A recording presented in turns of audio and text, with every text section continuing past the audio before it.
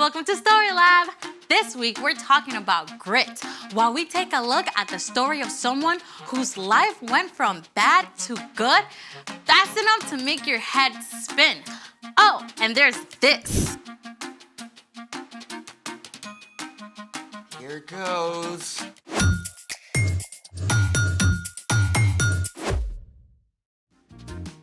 Hey, I'm Amaya. And I'm Zeke. And we're talking about grit, which is refusing to give up when life gets hard. What's under the plates? I don't know, actually. How do you not know?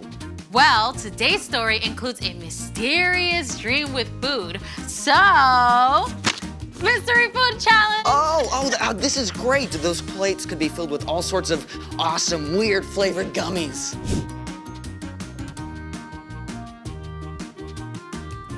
Well, I got my friend to set it up for us. You know what? Why don't you do the honors?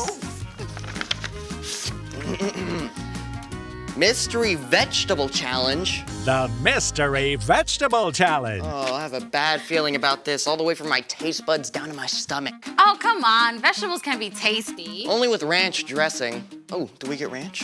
I don't know. Let me see. Okay, it says here that we each pick a dish, then we see who can finish eating whatever vegetable they get. I don't know. Come on, you can totally do this. Grit, remember? Can I cook mine with bacon? Just pick. Fine. Here goes.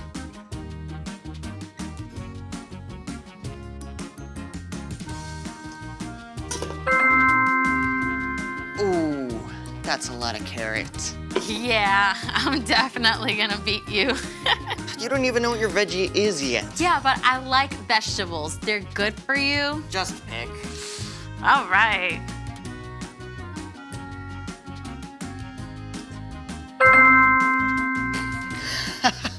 Yum. Yum. Oh, this is great. Let's go. You like vegetables, right? Yeah. On your marks. Get set. Go! It's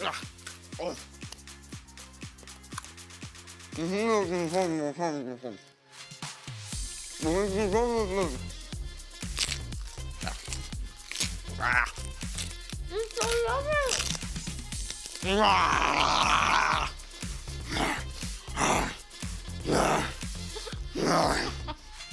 I'm gonna beat you. Oh, I won! I'm the carrot master. And I think it's time for... The story before the story. Today, we're in the very first book of the Old Testament, Genesis. God created the whole amazing world, but people turned away and broke their relationship with God. Still, God had a plan. God called Abraham and Sarah and promised to bless the whole world through their family line. One of Abraham's great-grandkids, Joseph, was sold into slavery in Egypt by his own brothers and then thrown in prison even though he done nothing wrong. But even there, God was with him, and Joseph didn't give up. That's where our story starts. Take it away, Brian. Hey everyone! Well, we are at the bottom of the roller coaster in Joseph's life. Let's find out if it gets any better. During his time in prison, Joseph had interpreted the dream of Pharaoh's drink taster and asked the man to put in a good word for him, you remember? But the drink taster forgot, until 2 years later when Pharaoh called his advisors together. I had 2 dreams last night. Who can tell me what they mean? No one could help Pharaoh until the drink taster, finally remembered Joseph. Pharaoh called for Joseph at once. Now, it must have been a serious shock to be pulled out of prison after so many years and marched straight into the palace. I've heard you can tell what dreams mean. Oh, I can't do it. But God will give the answer. I saw 7 fat cows come out of the river, but then 7 thin, ugly cows came up after and ate the fat cows. After that, I dreamed about 7 full heads of grain on a stem. 7 weak, thin heads grew up after them and swallowed up the 7 good heads. God has shown you what will happen. 7 good years with plenty of food are coming. but then 7 years without enough food will follow.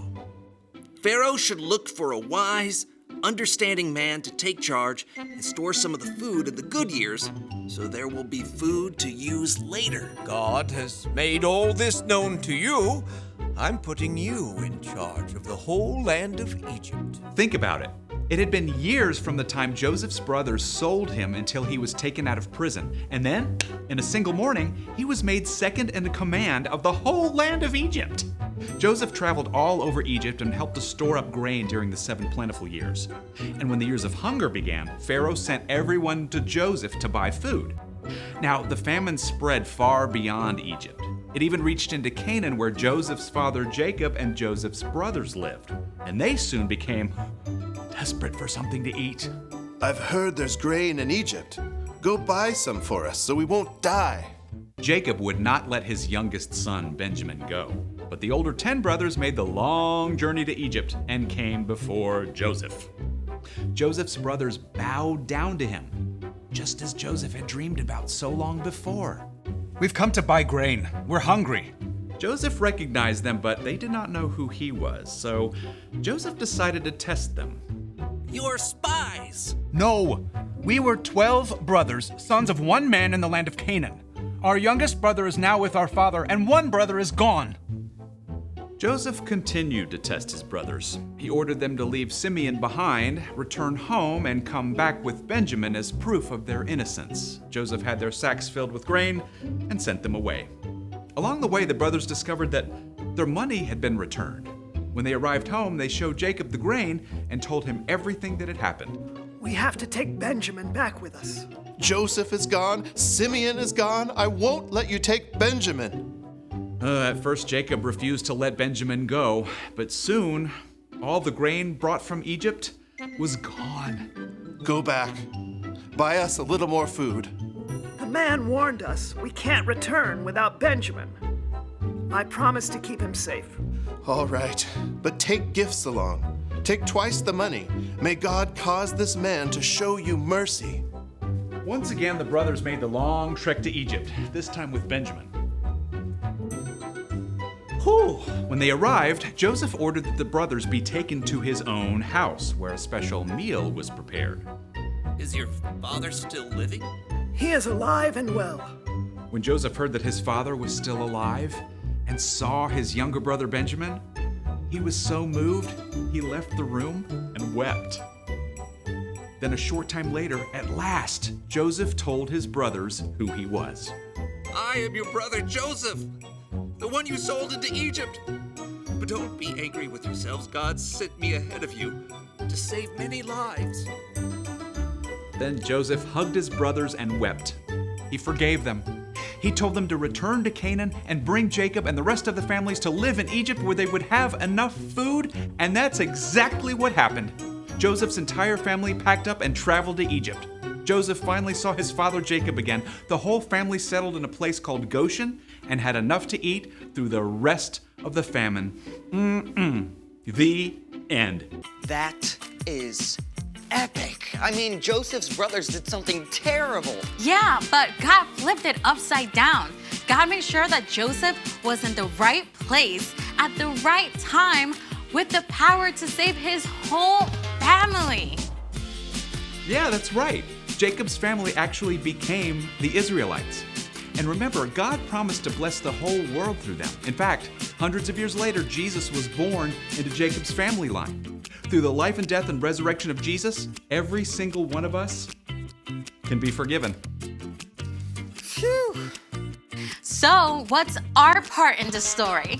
Well, Joseph held on through some difficult times, right?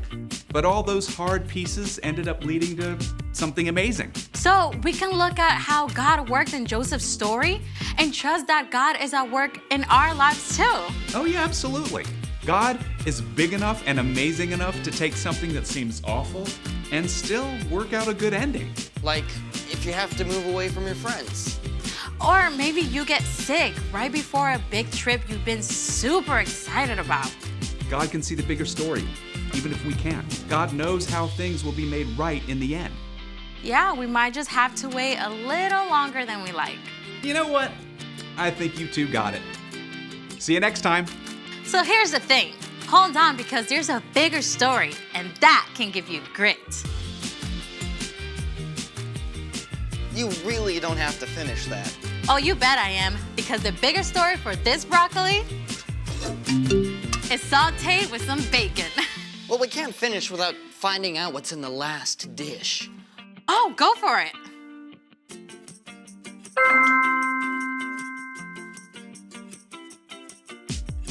Seriously?